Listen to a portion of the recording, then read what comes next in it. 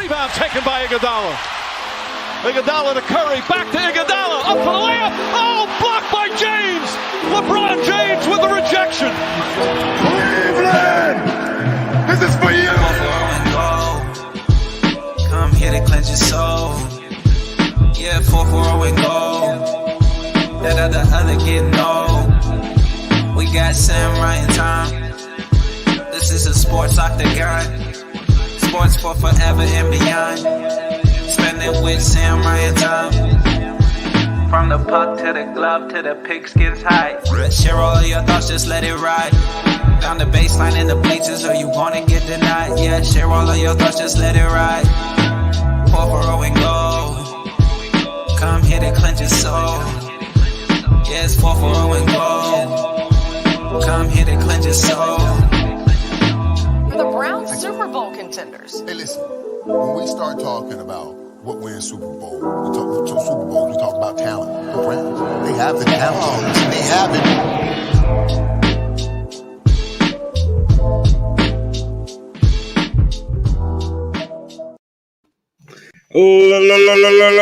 Ladies and gentlemen, boys and girls, children of all ages, 440 and Gold proudly brings you the Christmas night special episode that we have no idea just yet what we're going to talk about. Tom's got his ugly sweater on, and as usual, Sammy's blanked out right now because we genuinely have no idea what he's got on. Last time he did this, I do believe he was the Joker. Yeah, Sammy was. So Sam and I didn't even coordinate that, by the way. That was wild. I'm half expecting him to pop up as Poppy Claus tonight. Well, you're close. Something weird's happening. I can feel it. I'm gonna look more like Don Cherry. Oh man, let's. Feliz Navidad. Yeah. Oh man. Looking fresh. I don't know how I feel about them glasses. I love them. Is that actually your sweater? Absolutely not. This is 100% my wife's. Yeah. So there's a lot of glitter on that bad boy. Listen, it's all about being festive. It's all about it. It's for the kids. Oh, shout out to my wife and Mr. Winchell's on tonight. Sam's wife Jess is on watching, it looks like. Yeah. Not a lot going on. Merry Christmas to everybody. Happy holidays. Happy New Year. However all that one works out in the next couple days here for you. What up, Coach Rich? Yeah. Coach Rich joining us. Mr. Revis, like always. He is the ultimate Browns fan, I've heard. Credit for jumping in here. Yeah. Yeah, I do. It was a tough week for him. It was a tough week for him. Yeah, it was. Just as it was a tough week for all the black and gold strayed flock this week, as they took a good old-fashioned whooping. Oh boy! Yeah, I don't even team that not real good. Bill Dozer could have helped them. Bill Dotreve could have helped them on the goal line. Yeah. To give them credit, I will say that last play thrown to what's his name, the Steelers wide receiver, that was genuine pass interference. If you look at the replay, Claypool, that should have been a first down, and they should have been going. But that's the way she goes, boys. It is what it is, you know. It's water under the bridge. I'll tell you what, there's a really entertaining on Instagram, Barstool, which is, one of Tom's favorites. So they show Juju Smith-Schuster out there doing the TikTok dance, and then it turns into that SpongeBob thing, and it says a few moments later, and it just shows him getting rocked. Yeah, I can imagine it. Now, listen, he took a hit. He's further off. And listen, it's bad. I said it. I was talking to one guy today at work, and I said today, I firmly believe that Ben Roethlisberger is playing injured. He did say in the press conference last night that Everyone's not playing 100 at 100% health level right now. We're getting into the postseason, which is true, but I do firmly believe there's a reason why dink and dunk, 2 steps and throw the ball has been happening over the past 6-7 weeks with the Steelers.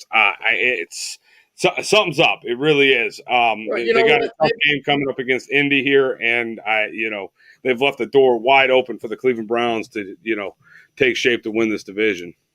They've got a ton of injuries, but so does everybody else. Like anymore, the injury thing is just not an excuse anymore. I mean, right. Cincinnati won that game last night with a guy who bagged groceries 6 months ago. That guy's not you're going to tell me that's the guy that beat you? So you had Ben Roethlisberger and him, and that's the winner? Yeah, Ryan Finley. Like, he wasn't even the best quarterback at North Carolina State when he was there. Ryan Finley looks like Mike Glennon's less talented brother, and Mike Glennon's not even talented. Yeah. Mike Glennon's. I don't know how he's still around. I have to say, I know, we always say, injuries aren't, and this is me. I'm kind of going with the Steelers on this a little bit. You do know they have I do believe a safety playing linebacker right now. That's how depleted they are. Yeah, Marcus Allen, who isn't Marcus Allen, but Marcus Allen. Yeah. He is playing linebacker right now for the Pittsburgh Steelers. It was tough. Honest to goodness, if the Pittsburgh realize Steelers that we have junior college players playing linebacker for us, though, right? Who? The Browns? Our entire linebacking core outside of Mac Wilson is about junior college level. And then don't get me started. BJ Goodson? And don't get me started on the JV level, Andrew Sendejo, Yeah. Yeah, I really liked him coming in, but I thought I had big things for him, but it's tough. It's tough. I mean, the fact of the matter is you've got Bud Dupree and Devin Bush, 2 of your starting linebackers, out due to injury, and then Vince Williams is also hurt on the COVID-19 list. And I get that. I can respect that, because we've had a depleted linebacking core all year. But injuries at this point, I don't really lend that much credence. If you look at Cleveland, who doesn't have a QB, we just had one of the top 7 receivers in the NFL tear his ACL. A top 3 running back got hurt for 4 weeks, and we still have a top 3 running attack. I mean, the thing is you adapt and you get going. And Marcus Allen was a step in the right direction for him. But at the same time, if the Steelers are as good as they say they are, and they are very good, the fact of the matter is Tomlin's a great coach, and he should be adapting. He should be innovating in there, and he's just doing more of the same every week, and it's just caused a regression, not any form of progression. And I don't know, great coaches make it happen. Stefanski made it happen. Did the Pittsburgh Steelers just benefit from the fact that they're a team of guys who understood the system and everybody's returning for them, where there's really no change? It's the same coach, the same quarterback, same running backs. You've been running the same offense, same defense for all these years. And then you've got COVID coming in. It's going to shorten the offseason. Everybody's playing off a shortened offseason. So who's going to rise to the top is going to be the teams with a veteran presence. And when you look at the Steelers, the whole team is a bunch of veterans. Now they've drafted and they're incorporating young guys, but there's tons and tons of veteran presence there. Now you look at the Browns. There's no such thing as a veteran Brown. There's no player on the Cleveland Browns over the age of 30 years old. And he's been there all of 4 years? Mm-hmm. Yeah. I mean, the only veteran leadership really is Jarvis Landry. And that's just because he's well-traveled. You know what I mean? And you could argue Case Keenum too, because Case Keenum's been around the league for a long time. But Case Keenum ain't even playing. No. And you know what? Jarvis Landry caught a lot of heat for the unsportsmanlike conduct in the end zone, which I'm gonna unsportsmanlike conduct. These taunting and everything, these are grown men. Yeah. I remember a coach when I was in high school that said, "If you don't want people making fun of you, then get better." Yeah. So that's really how it is. Yeah. That shouldn't even be a call. So I'm not going to get there. You know what I mean? Because I don't believe that any of these wide receivers, I don't care if they do a Broadway-esque dance like basketball in the end zone. I don't care, because if they scored, they earned that right. Who did not earn that right is Cody, the choke artist Parkey. Oh gosh, yeah. So he started the year hot, and he started the year great, to the point where I thought maybe I was wrong. Cleveland has to be the only team in the NFL that would cut a guy because he was so terrible.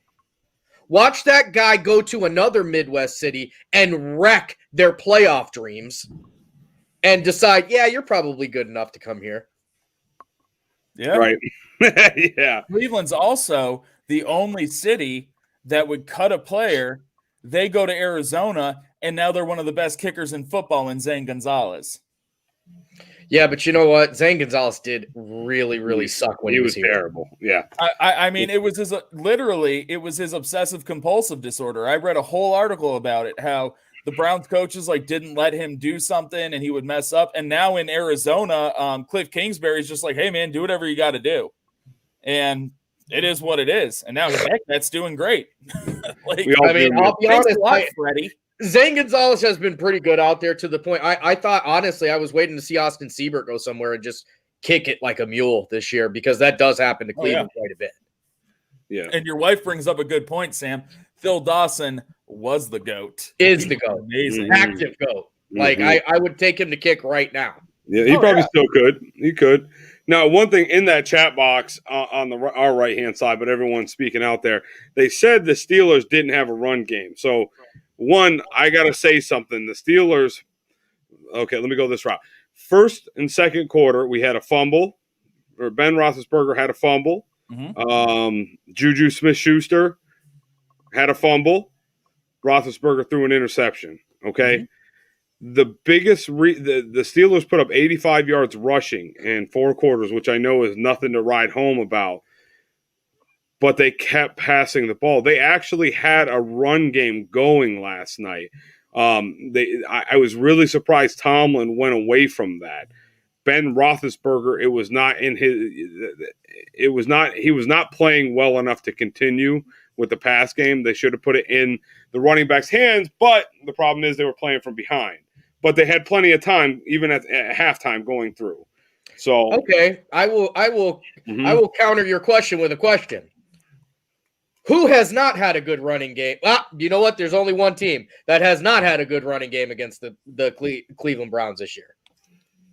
Titans. And that is Titans, who arguably have the best running back in football. Yep. So now you have to start to ask yourself, is it players or is it ability that is keeping them from doing it? Because the Steelers running game is average at best. I mean, it's average at best. Mm-hmm. But they were getting it up. They you know what I mean? They could get it going. They had it going. So when they go against the Browns in the last game of the year this year, do they not just run their average running backs down our throat like every other team has done? Got to. Yeah, Benny Snell's no joke, man. Benny Snell can get out there. That's the fact of the matter. I mean, so the biggest thing is this week is going to be the week that's going to determine, one, whether or not the Pittsburgh versus Cleveland game, week 17, is really going to be relevant whatsoever. Obviously, if Cleveland beats the Jets, which they should handily do, but a lot of rumors of trap games and some issues. Jets got the first win, but they should handily beat the Jets next week. Gets them in. They win, they're in. If Pittsburgh wins, they win the division. Now, obviously, let's say Pittsburgh does win, Browns win, we go to week 17. That game for Pittsburgh is pretty much not going to matter. So at that point in time, Tomlin's going to rest his players. You have to. Yes. So everyone knows right now, Pittsburgh has clinched a spot in the playoffs. They could lose out. They're still going into the playoffs. It's just depending on their seeding, which, dear God, I hope no one gets Baltimore. And I really hope we don't draw Baltimore. That's going to be a tough one. But go ahead. I mean, if we win the division, I feel like if we don't win the division, I feel like that's going to be our pool, is going to be Baltimore. Or I think what I saw is if we won the division, that's what it would be. So for us to win the division, obviously we have to beat New York. We have to beat Pittsburgh. Pittsburgh has to basically lose out for that to happen. Right.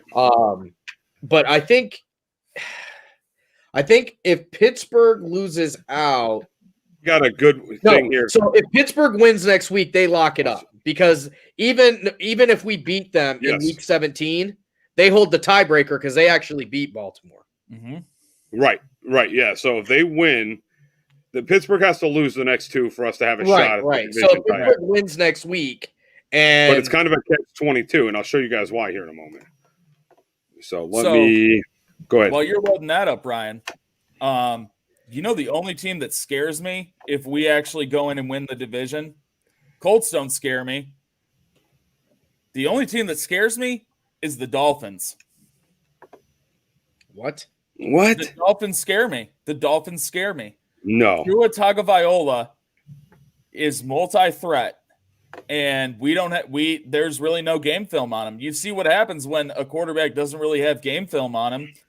Ryan Finley went crazy against the Steelers last night. I mean, Tua was special.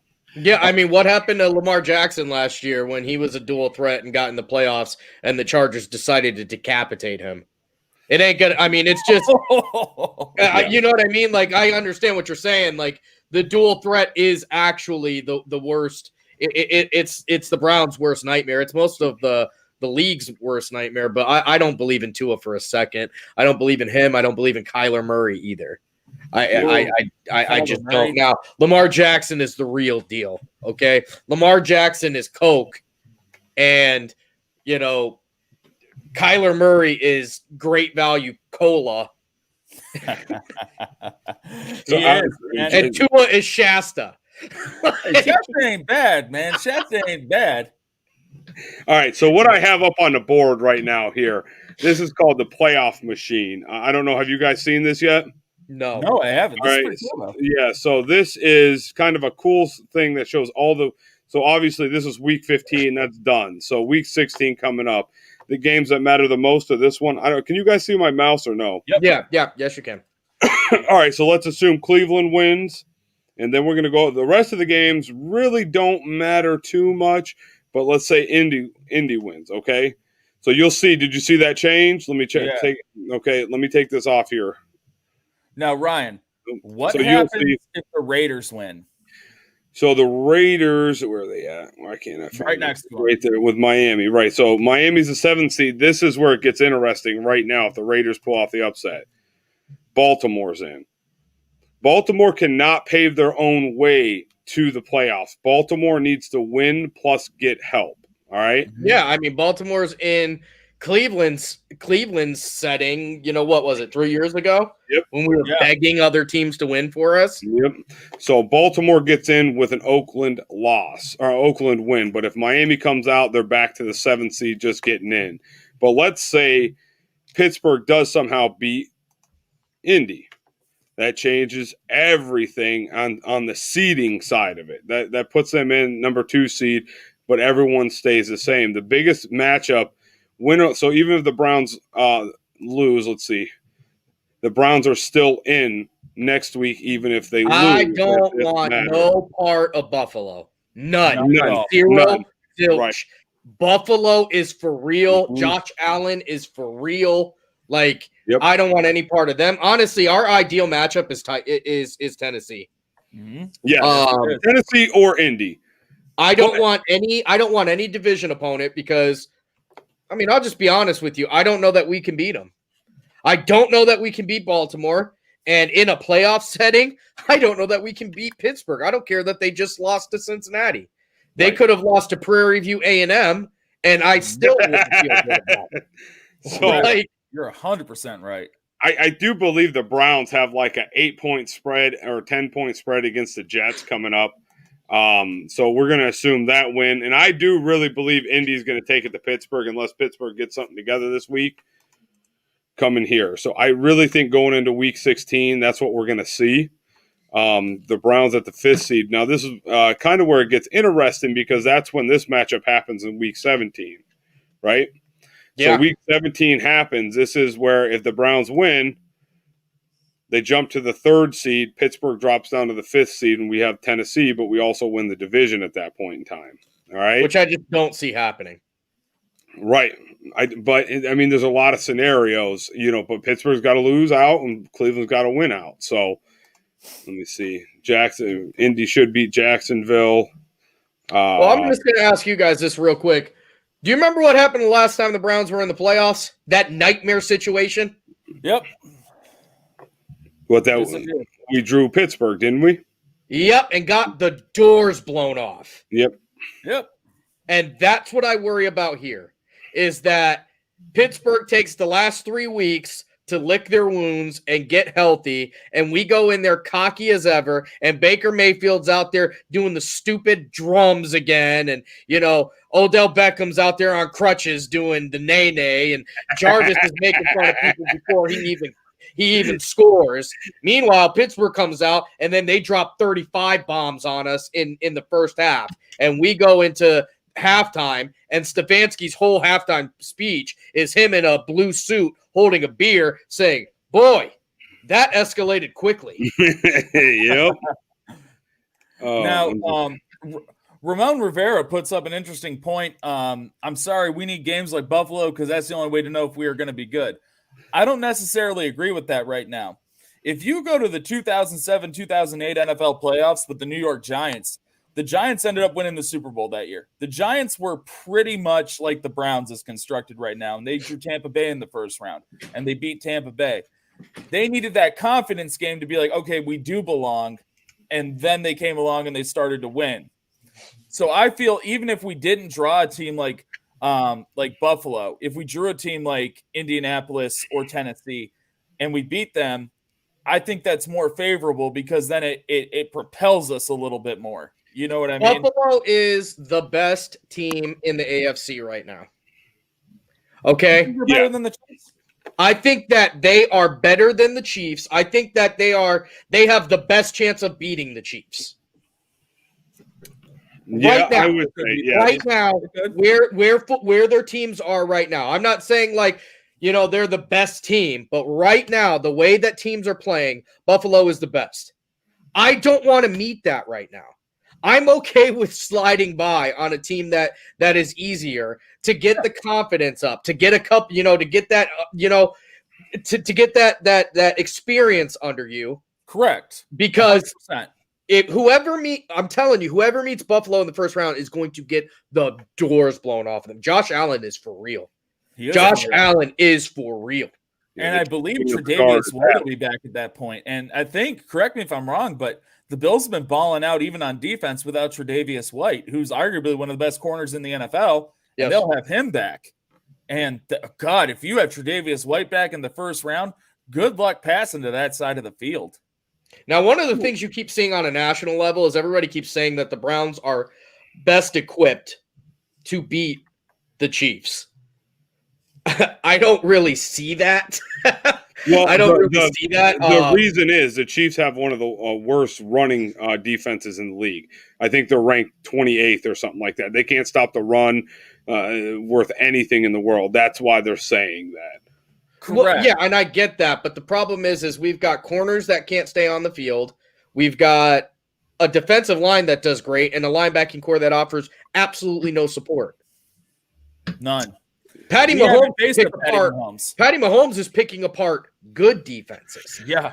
Imagine what he do to us. Well, Patty Mahomes is on a whole nother level compared to anybody. We have to hope that he's got, that Garrett's going to get back there and he's going to cause all kinds of havoc. And like you were saying earlier, this Myles Garrett isn't the same one that we started the year with. This guy is absolutely hindered by COVID-19. Yes. Okay. Like he is on the sideline sucking wind, and that guy looks like a Greek Adonis. So if he's sucking wind, I can only imagine what these out of shape players are recovering from. Right.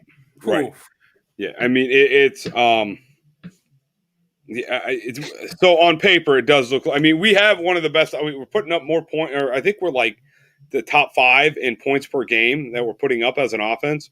Yeah. I mean, give credit where credit's due, man. I mean, the guy's lighting it on fire. 295 passing yards, 2 touchdowns against the Giants. But again, like I talked about, the Browns aren't the Browns. without Stefanski. If you look at this roster compared to last year, every year there's turnover no matter which way you look at it. There's always different players, new systems coming in, new systems going out. But there's a lot of players from last year, the Freddie Kitchens era, that just boggles my mind to this day still that we even went down that road. Only in Cleveland does stuff like that happen. But a lot of those players from last year are with us this year, especially key components such as Chubb, such as Hunt, such as OBJ. I know OBJ. Our offense is not up for there is no question. Our offense is legit. Mm-hmm. I never thought I'd be saying this, and this is when Wyatt Teller is out there and actually playing. We have one of the best offensive lines in the game. We have a top 3 offensive line. Like, they are killing it. We've got a great offensive line. Somehow we improved by losing Odell Beckham Jr. Mm-hmm. Hooper has jumped up. I know that. I'll tell you one of the reasons why our offensive line is amazing. Has found his way. Jarvis has found his way. Higgins has found his way. Hunt is more productive. Mm-hmm. Dude, Hunt runs with rush yards. Like Hunt runs with like his hair's on fire. When he runs that ball, there's no one from the second level or third level that wants to even put hands on that dude. No, I've never seen some running back jump in the air as much as I've seen Hunt trying to get an extra yard, trying to get an extra foot. I'm telling you, Stefanski is the ultimate chess player when it comes to this. And I said this earlier. It's not hard to play chess when you've got all kings or all queens. Tell that to Freddie Kitchens, bro. I mean, Kitchens, you're right. Hey, come on, man. You're right. Freddie Kitchens there. No, he's playing well. So he's coaching as well as any coach should, but you can't ignore the fact that our defense is absolutely garbage. Right, and we're still 10-4 in a high power NFL that is all about scoring points. Right, 10-4 is great for people who don't want hardware. Okay? If you're talking about being legit and you want to get out there, I'm telling you, that's a high school saying now, bro. That's still the same thing in high school, but in the pros. Listen, what happened? Hey, what happened to Baltimore last year? I don't know. Destroyed. Off with his head. Ha-cha! Done. All right. They beat everybody's tail within an inch of their life during the regular season. The regular run-of-the-mill Chargers, Phillip Rivers and his 74 children in the stands, went out there, took Lamar Jackson and said, that's enough. So regular season, don't get me wrong, I love it. I love the fact that we're winning. I think that's awesome. You know, it's not something I'm used to. 10 wins typically would take the Browns 12 years to get. Okay?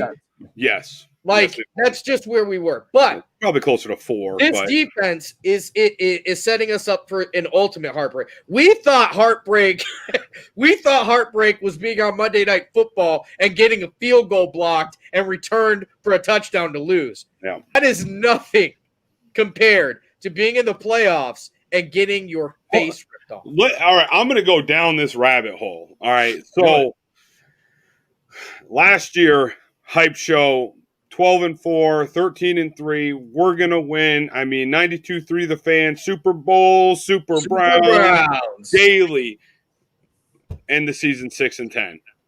Probably the biggest train wreck that's ever come through Cleveland because of the hype show that happened with it. All right. So we come into this year, no hype show. COVID prevented it, thank God. But also, over the past, 3 years, what are we? I don't know. We went like 9-40 with wins. If the Browns make the playoffs this year and lose in round 1 of the playoffs, are you upset? Or is it a train wreck of a year for you? No, not a train wreck. It's not a train wreck. Well, you can't. So here's the thing: you either you consider it a successful year for the Browns, or you don't, in my opinion. And the reason I say that is last year 6-10 didn't touch it. The year before, I think we went 2-14. The year before, we went 0-16. Now we're 10-4, and you can hear it all over the radio. I listen to it every morning. 92.3 The Fan. Everyone's talking about how the Browns should be better, doing this, doing that. I mean, the Browns were projected to have 9 wins this year by ESPN and NFL analysts, Fox Sports. We're at 10 wins, looking at a very real possibility of 12. Correct. This Let me is tell how I you- view it. All I'm saying is I consider it a successful season, win or lose in the playoffs. Hopefully, You're right. I want them to win, but it's a very successful win. Two types of people, all right? There are two types of people. There are two types of teams, okay? And I'm going to relate it to something that you should know, all right? In 2003, we go to the state playoffs, and we played the juggernaut known as Menor. Two teams showed up to that game. One team was happy to be there. One team was trying to win. It was apparent after the first kickoff. That carries on to everything in life. There are people who are happy to be there, and there are people who are still trying to go out there and win. The moment you become complacent and you're happy to be there, and you're telling everybody, but boy, look at this. Did you come look at this? We went 10-4. We got 10 wins this year. We got 10 of them things. Meanwhile, there are teams out there like, that's cool, but we got 4 of them things when it counted. So, Am I going to call it a train wreck? Absolutely not. It's not a train wreck of a season. Is it disappointing if we don't go all the way? Absolutely. Because I want my team to win. That's it. So this is kind of how I would view it.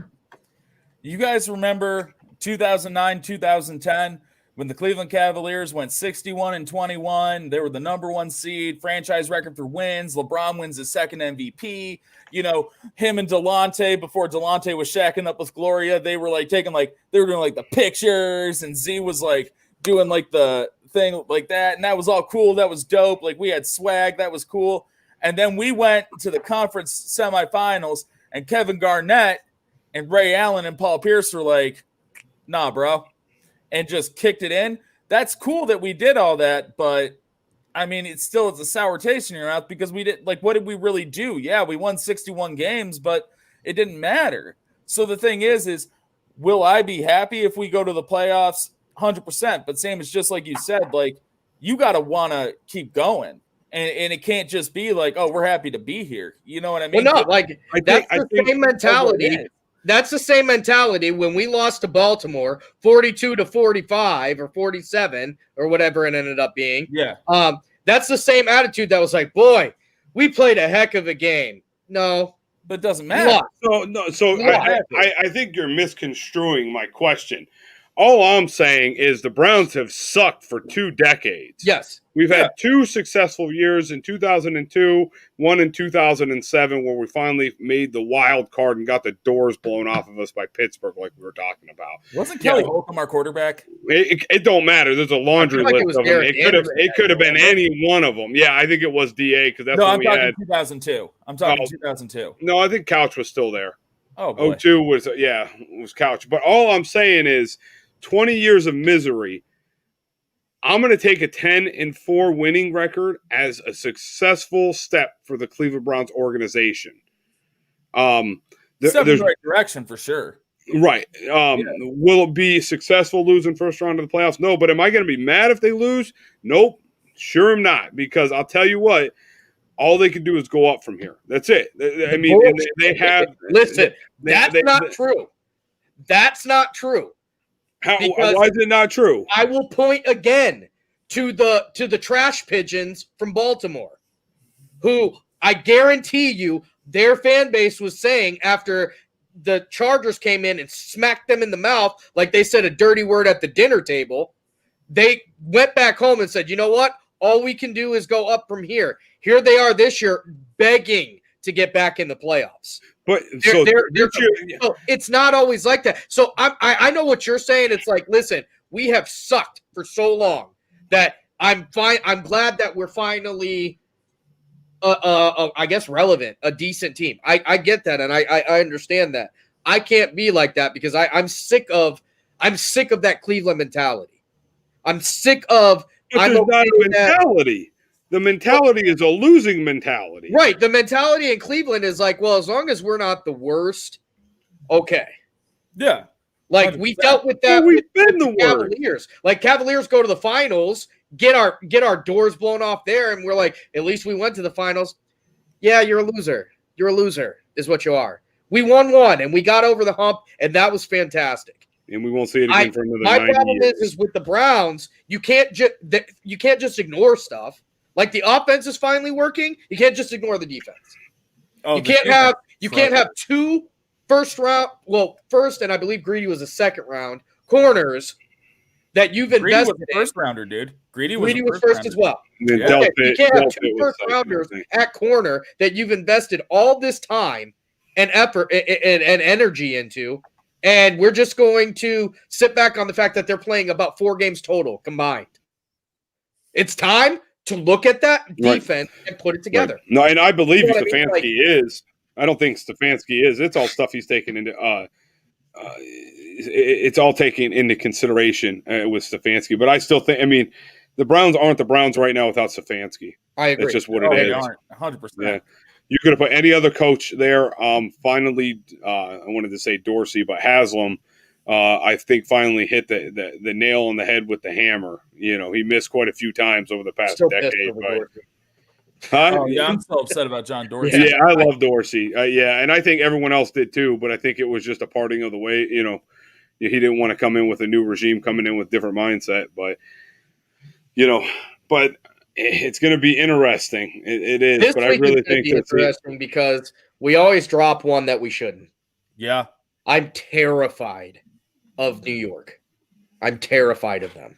See, Sam Darnold showed on Sunday night that he can actually do something when the occasion rises, man. I mean, and the thing is we haven't seen that from Sam Darnold his entire career. And Sam Darnold finally something clicked in his head when he's going up against Ryan Gosling and the LA Rams. Like, hey, I mean, I got to win this game. And the only thing that makes me upset about the Jets, not upset, but terrifies me about the Jets, is the Jets could have lost out and got Trevor Lawrence. And if they didn't want Trevor Lawrence, they could have had that number 1 pick and just dangled that thing and gotten some other draft picks. They wanted to win so bad that they didn't care about their future. They truly believe in Sam Darnold, in my opinion. So now with that confidence that Darnold might have now, that cat probably going to come out cock of the walk, man. Like thinking he's Baker Mayfield. I'll tell you what. On a side note, building off what you were talking about, I hope Ohio State beats Clemson by 70 points. Yes. Oh, Yeah, Clemson's the new place up north. Yeah, so you tell that dirty hillbilly Dabo Sweeney, who smells like Red Man Chew and trailer park glue, that he can take those Clemson bums, and I cannot wait to just beat their face. And now I say this knowing very well it ain't gone well for us against Clemson. All right, No. It hasn't. Honest to God, I would have much rather had to play Alabama. Oh yeah. Much rather. Mhm. Well, Oh, if all yeah. goes well, And they will really, play if I had my Alabama. choice, I'd love to play those absolute turds from Notre Dame who don't even belong. Who don't even belong in the college football playoff right now. No, Listen, Like, I just don't understand how they snuck in. they It know doesn't make right. sense. Now, I the mean, Clemson Bearcats, beat no, the brakes you off. weren't getting in. Iowa State, you weren't getting in. That's just not the way the world works. And love it or hate it, the college football playoff is about money, and that's where it's going to come down to. Yeah. The biggest problem I have with Dabo talking trash was he's always the one bringing up the reporters asking questions that he makes it seem like they're fishing. I think if I recall right, Dabo told somebody that their question was rat poison, just trying to poison, the Listen, mindset. he is trying to benefit off the fact that those goofy hillbillies in the Carolinas don't understand how COVID works. All right? So he's like, down here, we play football down here. Oh, yeah. Down here. students. We play a lot of the games down here. Now them boys down up there in Columbus, they don't play all the games, so they don't belong in here. Mhm. Well, listen, Farmer Fred, I don't care. So we played 5 games, and I hope we're going to play 7, because as long as we smack you in your dirty chew tobacco smelling breath, I don't care. And your sunshine looking quarterback, I don't care about him either. Did you guys know that dirty son of a gun Kirk Herbstreit's kids play for Clemson? Of course they do. Why do you think he got the hell out of Ohio? Yep. I mean, I was so upset when I heard that. I was like, man, Kirk, who hurt you at Ohio State? No, listen, Who hurt you? Here's what you have to say is, Kirk, not everybody's Ohio State material. You barely were. That's true. That's true. You barely were. I mean, he trashes Ohio State every chance he can get. And if it weren't for Ohio State, that cat wouldn't have a platform. Listen, this right here lets you know exactly. This guy has never given him any credit. So if he wants Clemson to get destroyed, Clemson deserves to get wrecked. Clemson deserves. I'm telling you,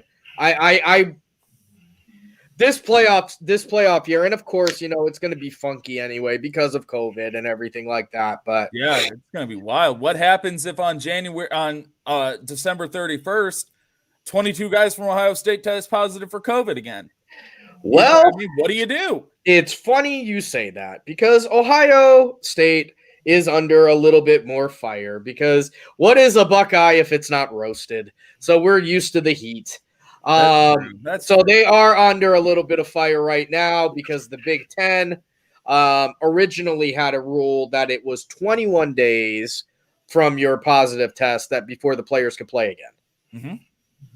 Well, they changed the rule from 6 games to 5, and now it appears they are changing the rule from 21 to, I think, 14 or 17.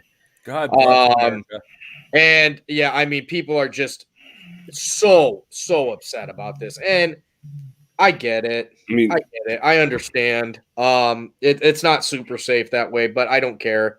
Because it's Ohio State football. And there's only one thing I love more than Browns football, and that's Ohio State football. So, like I said, as long as we go to – like my ideal situation here is we go and we beat Clemson by no less than 45 points. And then we meet Notre Dame in the national championship, and we beat them by, 77. And I'm going to go to Great Lakes and see a friend. And then I'm probably just going to go to the Crow's Nest, and I'm just going to sit there in Champions Pose because Ashtabula is absolutely infected with Notre Dame fans. Yeah, they are. It is disgusting. ridiculous how many Notre Dame fans we have out here. It's pretty sad. I'm not going to lie to you guys. My father bought me one of those pennants. Like I have that Indians one right there. Uh-huh. I still have a Notre Dame one from when I was like 5 years old, hanging in what is now my future niece's nursery, which is my old room. So thanks, Carl, for turning my room into a nursery. That's cool. But it's still there. I didn't let him take it down. But I mean, Notre Dame, for some reason, everyone in Ashtabula loves Notre Dame. I don't get it. They have. You would think this place is Indiana with the amount of Notre Dame fans that are out here. We're not far away, so let's go that route. I mean, it's not that far. But I'm not gonna lie, I was a closet Notre Dame fan when I was a kid. Nothing wrong with it. I'll never forget having my it was a Trapper Keeper. It had the Notre Dame Fighting Irish guy on it.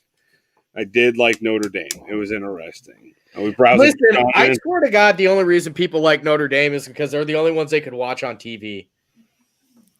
And because they saw that movie Rudy with Sean Astin. The Buckeyes have starters to back up starters.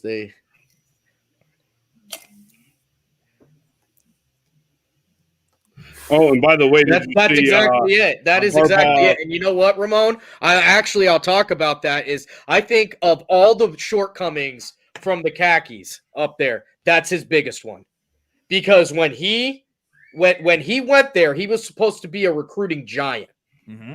And everything was being talked about. Oh, he's landing 5 stars. He's landing 4 stars. He's stealing this. He's stealing that. And it's just proven to be not true. They have some talent up there. As much as I hate to admit it, they've got him. One of our best pass catchers on the Browns right now went to that school. Mm-hmm. You know what I mean? So they're getting talent up there without a doubt. Did you guys see that he fired his defensive coordinator today? About time. Mm-hmm. He's probably behind. But I mean, reading a little more into that just genuinely means Harbaugh's not going anywhere. Listen, he's basically got tenure there. I mean, he went there. They gave up everything to get him. He was coming off arguably the worst coach that they've ever had. I mean, he was a big scorer. The only problem is, and this goes for both schools, if you don't beat the other, the time is going to be ticking. And he's not just losing to Ohio State. He can't even beat Michigan State regularly. Yeah. So you're not going to last too long up there losing to Ohio State and Michigan State. They're just not going to have it. He couldn't even beat Indiana. No, I'm telling you, he might be more hyped than Coach. And this is what me and and the other thing I can't say it. He'll say his name. He just won't say what school he went to. Jim Harbaugh was a quarterback and who was pretty good by all accounts. He can't even recruit a quarterback to the school he quarterbacked at. You know what I mean? Coming from Coach Rich, and maybe this explains the Notre Dame and Ashtabula deal. St. John grad played for Notre Dame. Who? I don't know who. I'm sure he can give us a name, but I do know that a St. John grad coached the Ohio State to a national championship. So that is the only fans we need up here, bud. Old Urban, man. Yeah, maybe it was Rudy. Did Rudy go to St. John? Listen, it's the fact that they're on it's the fact that they're on NBC, and if you went to a Catholic school in general, that was your team. Mm-hmm. Like Catholics in general, they thought Notre Dame was their home team. I'll be honest with you, Ryan. I can understand why you would have been a Notre Dame fan, because when I was a little kid, I thought Notre Dame was basically in Cleveland because there was so much around here. Like right. it was everywhere. And, I'm a Catholic and that was a Catholic school. So that's who you liked. Ohio State was for heathens. Yeah. I mean, like growing up, like I grew up in the Catholic Church, man. Like all these dudes, like at church functions, they came in with like their Notre Dame like blazers and stuff on, and I'm like, man, they must be pretty good. And then you fall in love with dudes like Brady Quinn and stuff like that because he's just a good story. You fall in love with dudes like Brady Quinn. I'm not going to go with you there. Listen, that was another year of the Cleveland Bioplex model playing quarterback. God in heaven. Woo! That's another year the Cleveland Browns won the draft and nothing else. They got Quinn in like the 22nd pick and someone else the 5th pick or something. Well, first of all, when the Browns have the number 22 pick, they should just give it away because you don't win that pick ever. You can't win at number 22. 21 or 23, fine. 22, unlucky number for the Cleveland Browns. Number 2, Brady Quinn. If people don't realize, in even at a college level, this guy was like a 8 to 12 yard passer. That was the only time they were successful. Couldn't chuck the ball downfield. Couldn't deal with pressure. Had one of the best offensive lines in the country that year and made use of it. And so when we drafted that guy, I mean, it wasn't just me. The analysts were saying the same thing. Like, this guy's not pro material. This guy's not pro material. But you know what? Cleveland is always the smartest in the room until the whistle blows for the first game.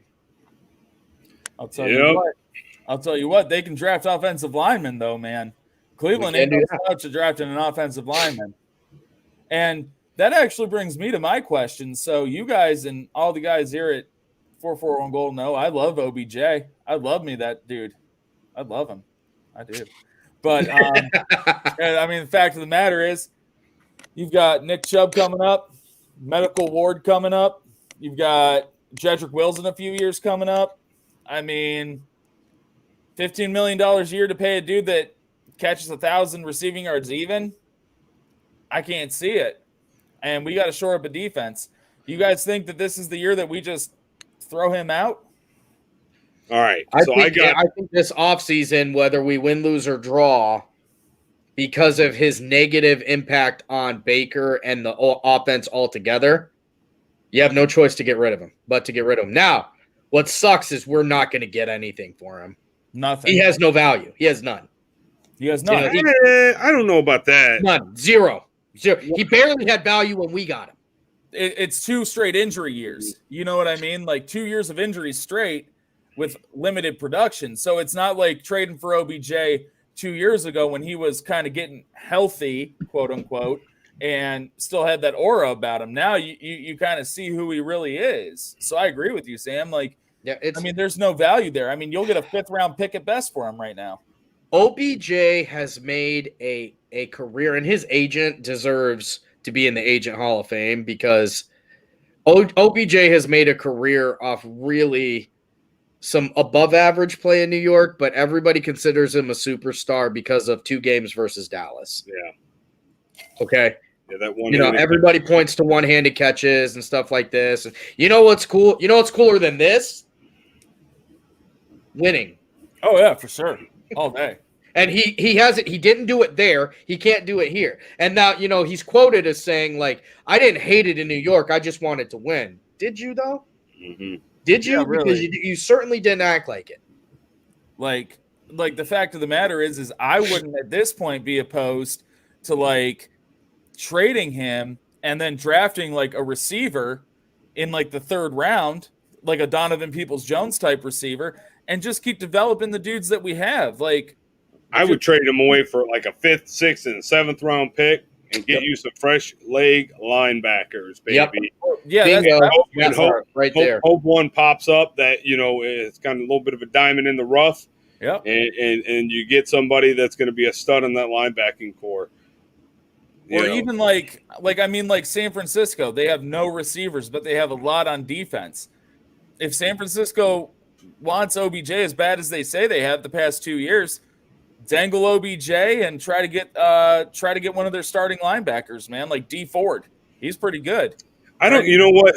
Cleveland's whole thing has been to stay young. You know what? And they have wanted to stay young, and that's fine. But you know what? Really, go out there, trade OBJ away for picks, trade him away for things of value, and turn that into. There are teams that are ready for a rebuild, and on those teams are typically players that are better than they should be, better than that team needs, and they will get rid of them for the picks and stuff. So let's do that. You know what I mean? Like that's how Khalil Mack ended up in Chicago. Yeah. Yep. You know what I mean? Like we missed the train on there. Can you imagine Khalil Mack on this team? Who? Oh my God! Like we're a completely different team. So sometimes you have to go after it on a defensive guy. Our offense is set. Our offense is set. We're good. Now you're going to have to go all in on a defense because that's the only way you're going to be good enough to win playoff games. What if Deshaun Watson needs a weapon? What if and JJ Watt hates it in Houston? What if you did like somehow, some way with OBJ as a centerpiece?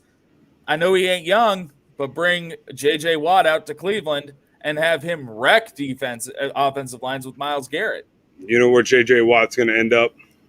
New England, Tampa Bay. Nope. Pittsburgh with his brother. With his brothers. Oh yeah, because Derek plays for him too. Yeah, Derek got knocked the hell out last night too. By the way, hopefully he's all right. But that's where JJ Watt. He's already openly made a statement: trade me to Pittsburgh. Oh, if he goes anywhere, he's going to do everything he can to get to Pittsburgh. So I would hate if he were on Pittsburgh, man. Yeah, I mean, so there's a team right now in the NFC South called the Atlanta Falcons, and they've got a guy by the name of Deion Jones. Yeah. They need to rebuild. They're trying to get rid of. You should be knocking on that door. That's a game changer for this team. I'll tell you what. I'll bet. I'll bet any money as Andrew Berry, the way he has ran and gotten players for this team, I'm sure it's already happening. He football, his game, his job is pretty much done right now. If you really think about it, for this year, there's no more moves other than picking up people to fill a spot, put them on the roster, moving them up and down from practice squad. He can't bring anybody else in. Trade deadlines over, all that fun stuff. He's working on next year right now, figuring out what the next move is. And everyone knows Cleveland's defense is, I think they're ranked like 28th in the league. And I'll tell you another team that's getting ready to cut and run is Jacksonville. Should we? And I don't want Schobert back. I don't want Schobert back. I want who I wanted originally. Telvin Smith? I want Myles Jack. Oh, Myles Jack. I want Myles Jack. I'll tell you what, though. Joe Schobert's probably better than the better than Taki. Yes. I'll bet he's better than. Yeah, I will say I like BJ Goodson. He's really starting to show up a little bit the past couple games. Not making huge plays, but he's making a lot of tackles. He's running with his hair on fire as well. Yeah, but that's got Mac Wilson written all over it. Because if you remember from last year, Mac Wilson was that guy. Yeah. That was coming in off injuries, and he was kind of playing the every backer spot. And he looked good when he was out there. So there are some guys that's just where they shine, is in coming in to provide relief. Being an above average second stringer, and there's nothing wrong with that. Teams need that. Like you know what I mean? The Patriots win Super Bowls with entire teams then. Thanks, Steve Cray. Appreciate it, buddy. We wish we had more to talk about local sports. We just don't. It's driving me crazy. Going crazy. Yeah, I can't wait till the new year starts, because then it's hoop season and it's back into the gym where you're going to get to hear our beautiful voices covering actual beautiful kids, playing the sports. Yeah, man. All right, guys, it's 9:30. It is what it is. Merry Christmas to all, and to all a good evening. Thank you for joining us tonight. We will not be live with you on Friday for obvious reasons.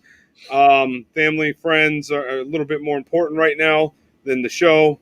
Well, I guess everyone else is our family and friends at this point. That's right. Yeah. Listen, I'll talk for Ryan because he's so amazing at providing a sign-off. Listen, everybody, we are taking Friday off. It's a holiday. We're going to have to, after a long year of coverage and having a great time, we are really, really excited to get a holiday with our family. Mm-hmm. With that being said, thank you all for everything this year. Guys like Steve Cray have made our lives way better than they should be. We are looking forward to getting some basketball coverage, some wrestling coverage. Right now, we've just made the decision that because of where COVID is and everything like that, when all the schools start playing, that's when we're getting started again. Mm. So January comes up, it's back in full force. We'll be back Tuesday for another show. Not sure about what. It could be another Freestyle Tuesday. Freestyle Tuesday. But, from our Yeah. family, from the Torres family, Merry Christmas to you all, or Happy Holidays, whatever you're celebrating. God bless you all, or good vibes, or whatever else is politically correct. We say God bless you in my house. Mm-hmm. Absolutely. Yeah. Cole family says Merry Christmas, Happy Holidays. Oh, man. All right. So, hey, from the bottom of the Roth family's hearts, man, Merry Christmas, Shabbat Shalom for Hanukkah, Merry Kwanzaa, and tomorrow I'll be celebrating Festivus.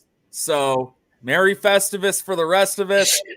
I got a lot of problems with you people, and I'm going to air my grievances tomorrow. So, hey, have a great holiday, guys. Thank you so much. Deuces. Bye. Rebound taken by Iguodala. Iguodala to Curry, back to Iguodala, up for the layup. Oh, blocked by James. LeBron James with the rejection. Cleveland, this is for you. Come here to cleanse your soul. Yeah, 4-4 and go. That other getting old. We got Sam Ryan time. This is a sports octagon. Sports for forever and beyond. Spending with Sam Ryan time. From the puck to the glove to the pigskins high. Share all of your thoughts, just let it ride. Down the baseline in the bleachers, or you wanna get denied. Yeah, share all of your thoughts, just let it ride. 4-4 and go. Come here to cleanse your soul. Yeah, it's 4-4 and go. Come here to cleanse your soul. The Browns Super Bowl contenders. Hey, listen, when we start talking about what wins Super Bowl, we talk about talent. The Browns, they have the talent. They have it.